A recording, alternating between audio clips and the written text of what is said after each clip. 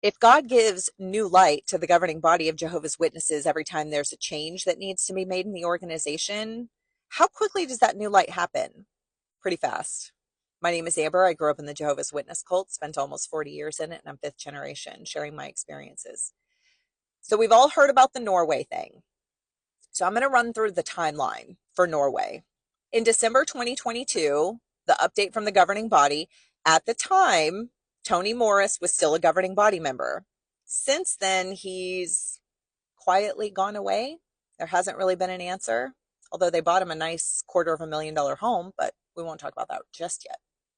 Tony Morris said that Norway's threatened to remove their status as a religious entity because of the disfellowshipping. I'm just going to post this clip here so you can see what he said about that. He was adamant they weren't going to change. The authorities in Norway have threatened to remove our legal registration because of our scriptural beliefs and practices regarding disfellowshipping. In the future, various governments will challenge our freedom of worship. They may pressure us to change our scriptural beliefs, but we're certainly not going to do that.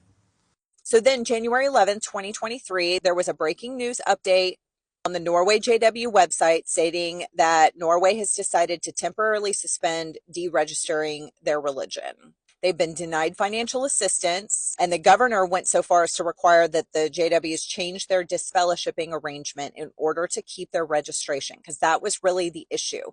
Because even though it's not mentioned on the JW website, the reason why all of this quote unquote persecution was happening was because Norway was saying this is not acceptable to shun minors. Your disfellowshipping policy of shunning people is not okay, especially of minors.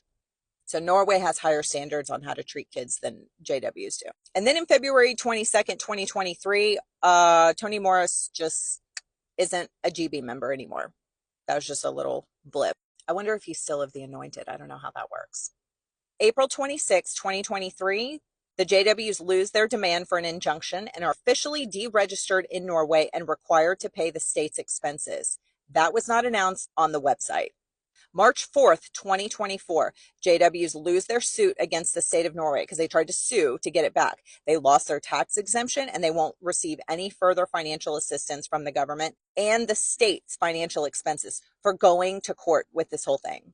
The result is financial loss of millions and a likely precedent for other countries. That also was not announced on the website. Okay, so that happened March 4th, 2024. Let's see how quick